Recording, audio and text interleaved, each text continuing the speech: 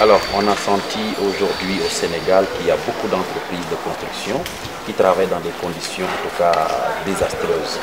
Il y a des gens qui tombent des niveaux extrêmement loin, deuxième, troisième étage. On a senti au niveau de Yoff, village, il y a eu un incident. Quelle est votre appréciation à travers tout ça? Écoutez, monsieur, pratiquement les constats sont les mêmes. On voit qu'aujourd'hui, les manœuvres travaillent dans les conditions les plus difficiles et aussi dans l'insécurité totale, pas d'assurance, donc en mettant en péril leur vie pour tout simplement pouvoir satisfaire leurs conditions financières. Parce qu'il faut reconnaître par là que la plupart de ces derniers, ce sont des soutiens de famille. Ils sont obligés de travailler dans des conditions difficiles. Alors, les appréciations que nous pouvons avoir de ces conditions de travail, c'est comme tout le monde, comme tout Sénégalais, parce que tout simplement, ces derniers, ce sont des frères, ce sont des Sénégalais avant tout, des citoyens. Donc, l'appréciation que l'on peut avoir de ces conditions de travail, c'est de dénoncer et pratiquement, on n'est pas du tout d'avis dans les conditions lesquelles les maçons ou les ouvriers travaillent. En tout cas, de notre part, dénonçons ces conditions dans lesquelles ils travaillent.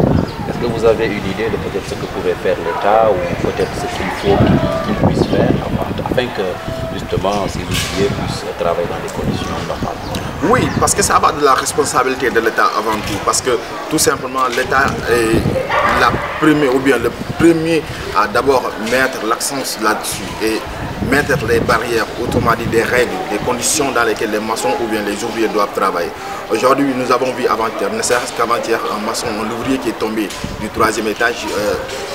Heureusement qu'il y a eu plus de peur que de mal, mais hier aussi on a assisté à une autre scène où un ouvrier pouvait ou bien devait même perdre la vie parce que tout simplement il a failli tomber du 4e en bas. Donc c'est un peu difficile et ce que nous demandons c'est que l'État puisse mettre les ouvriers dans des conditions les plus favorables possibles.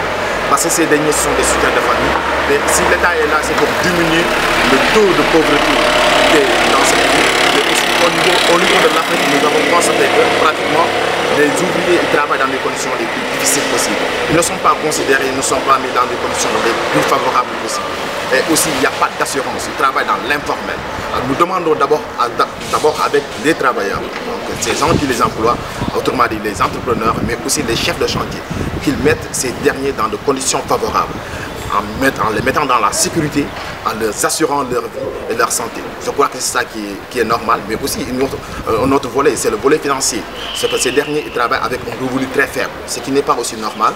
Il faut les mettre dans des conditions favorables, qu'ils aient des revenus qui vont leur permettre d'assurer leur vie, assurer la vie de leur famille et pratiquement être dans un cadre convivial.